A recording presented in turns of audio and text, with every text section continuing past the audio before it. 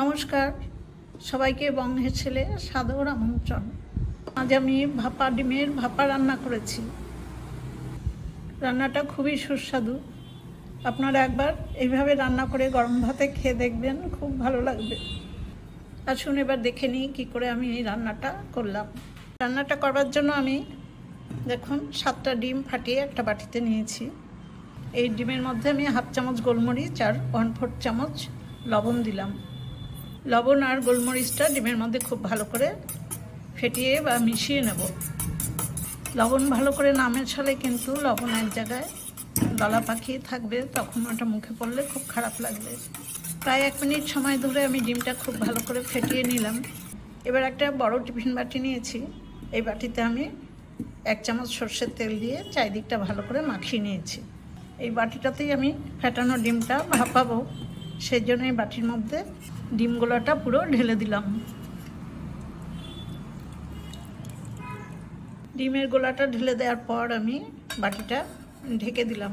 ডিমের গোলাটা ভাপাবার জন্য দেখুন আমি মিডিয়াম ফ্লেমে একটা কড়াই বসিয়ে তাতে 1 গ্লাস জল দিয়েছি আর নিচে একটা প্লেট বসিয়ে দিয়েছি।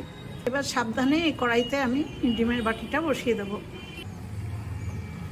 বাটিটা বসিয়ে দেওয়ার পর কড়াইয়ের উপরে আমি আবার একটা থালা দিয়ে খুব ভালো করে ঢেকে দিলাম। এবার মিডিয়াম ফ্লেমে 10 মিনিট আমি এই ডিমটাকে ভাপিয়ে নেব। ডিমের গোলাটা ভাপাতে বসিয়ে দেখুন আমি একটা মশলা তৈরি করে নেব। এখানে 1 টেবিল চামচ পোস্ত আছে, 1 টেবিল চামচ রাই সর্ষে, ভাঙা কাজু আছে 5-6টা আর 4টে কাঁচা লঙ্কা। এগুলো সব খুব ভালো করে বেটে নেব। আর অল্প পরিমাণে নারকেল কোড়া, এই নারকেল কোড়াটাও আমি পাটায় বেটে নেব। 10 মিনিট ফোটানোর পরে আমি গ্যাসের ফ্লেমটা কম করে দিয়ে ঢাকাটা খুলছি। এবার গ্যাসের ফ্লেমটা অফ করে দিয়ে বাটিটা ঠান্ডা হলে তারপর নামিয়ে আমি ডিম ভাপাটা বার করব। ডিম ভাপানোটা ঠান্ডা হতে হতে আমি গ্যাসের উপরে মিডিয়াম ফ্লেমে একটা ছোট কড়াই বসিয়ে তাতে 2 ছোট চামচ সর্ষের তেল দিয়েছি। তেলটা গরম হয়ে গেছে। এবার ছোট সাইজের 2টো পেঁয়াজ আমি এই তেলের মধ্যে দিয়ে ভেজে নেব। পেঁয়াজটা একটু লাল লাল করেই ভাজবো, অনেকটা বেরেস্তার মতো।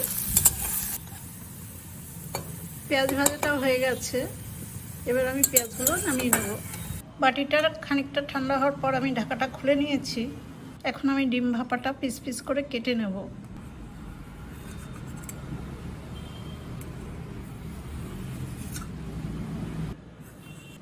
লম্বা দিকে কাটলাম। এবার বরফি আকারে আমি সাইড থেকে কেটে নেব।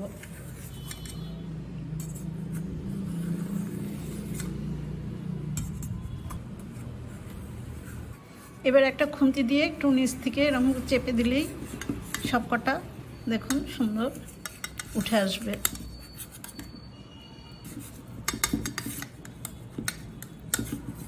ডিম ভাপাগুলো দেখুন খুব সুন্দর উঠে গেল, বাটিতে একটুও লেগে নেই।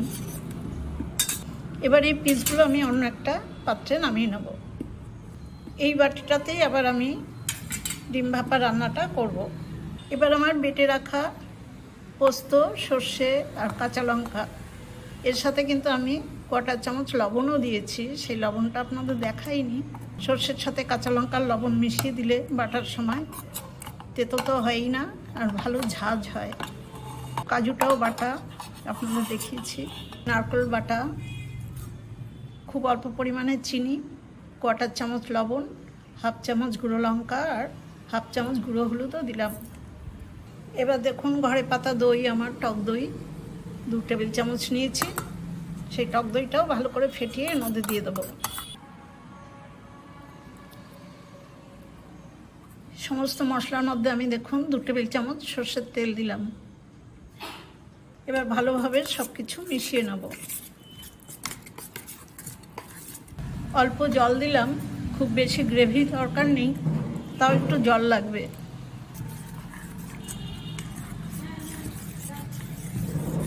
সব মশলা মিশিয়ে নিয়েছি। এবার ভাপানো ডিমের পিসগুলো আমি সব দিয়ে দেবো।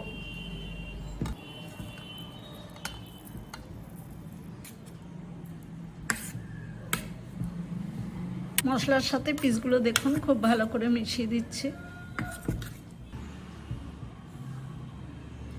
এবার ওপর দিয়ে আমি পেঁয়াজ ভাজা বা বেরেস্তাটা দিয়ে দেবো।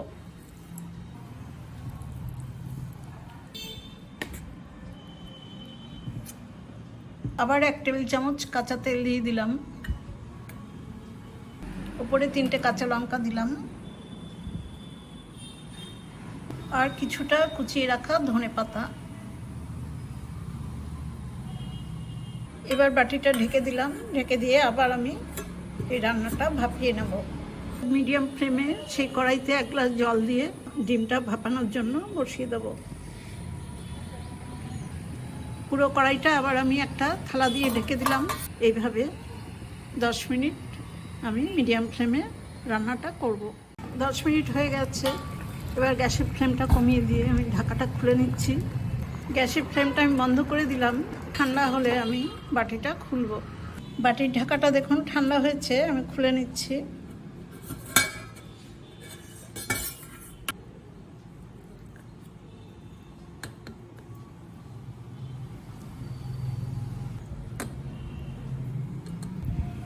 ওপরের দিকে তেলটা একটু মিশিয়ে দিলাম।